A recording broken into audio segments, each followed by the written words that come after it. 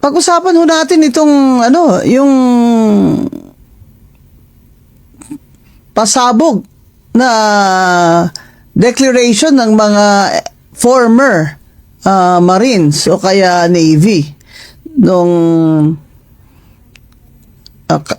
isang araw ba yon sa kahapon, oo, kahapon, sa mga 18 sila, 18, na nagsabi na lahat sila ay inutusan na mag-deliver ng mali-malitang pera, mga kababayan. Mali-malitang pera na 805 billion ang estimate na dinala nila sa iba-ibang personalidad, kasama na dyan si Bongbong Marcos at si Garjola.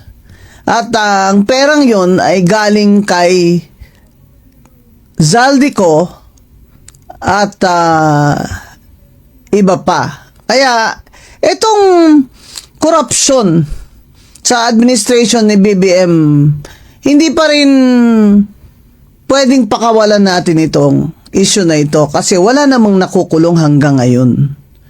Si Martin Romualdez nga, hindi nga nila inuusig eh. Hindi nga nila imbestigahan ng maayos eh. Basta na lang, sinabi ng Blue Ribbon Committee ni Senator Lacson na walang kinalaman si Martin Romualdez dyan. Hindi man lang nila pinatawag. Bakit ganon? Ang iba, pwedeng ipatawag. Pero si Martin Romualdez, na first cousin ng Bongbong Marcos, ay hindi pwedeng ipatawag ng Senado. Hindi pwedeng imbestigahan ng masinsinan ng ICI at i-forward na sa ombudsman. At bahala na at doon sa ombudsman ay may masinsinan pang investigasyon.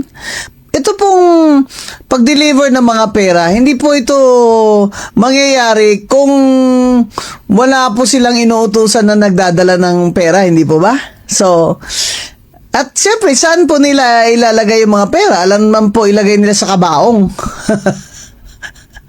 On second thought, pwede nilang ilagay sa kabaong. No? So, yung iba, isasakay lang sa ambulansya siguro, di ba? May iba-ibang paraan. Pero itong yung perang galing sa flood control at iba pang kickback na mastermind sa aking palagay ay si Martin Romualdez at ang kanyang right-hand man ay si Zaldico na nagsasabing si Martin Romualdez nga ang mastermind. Ito po ay dinala nila, sabi ng mga empleyado nilang security, dinala nila sa bahay ni Bongbong Marcos at sa iba't iba pang personalidad.